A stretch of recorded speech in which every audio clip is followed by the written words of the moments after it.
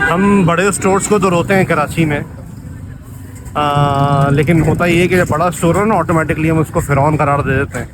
अब ये एक कराची का हाशू सेंटर है, बड़ी मशहूर और मारूफ जगह है और करोड़ों अरबों का बिजनेस यहाँ पे साल में होता होगा।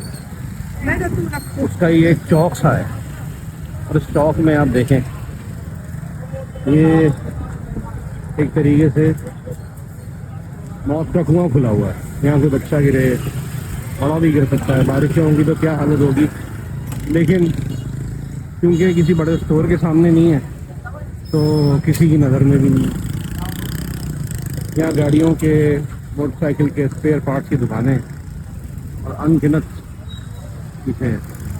उस पर आप ये हाल देखें, सामान वहाँ से ले तो यहाँ अगर कोई गिर के मरे तो उसकी क्या हालत है।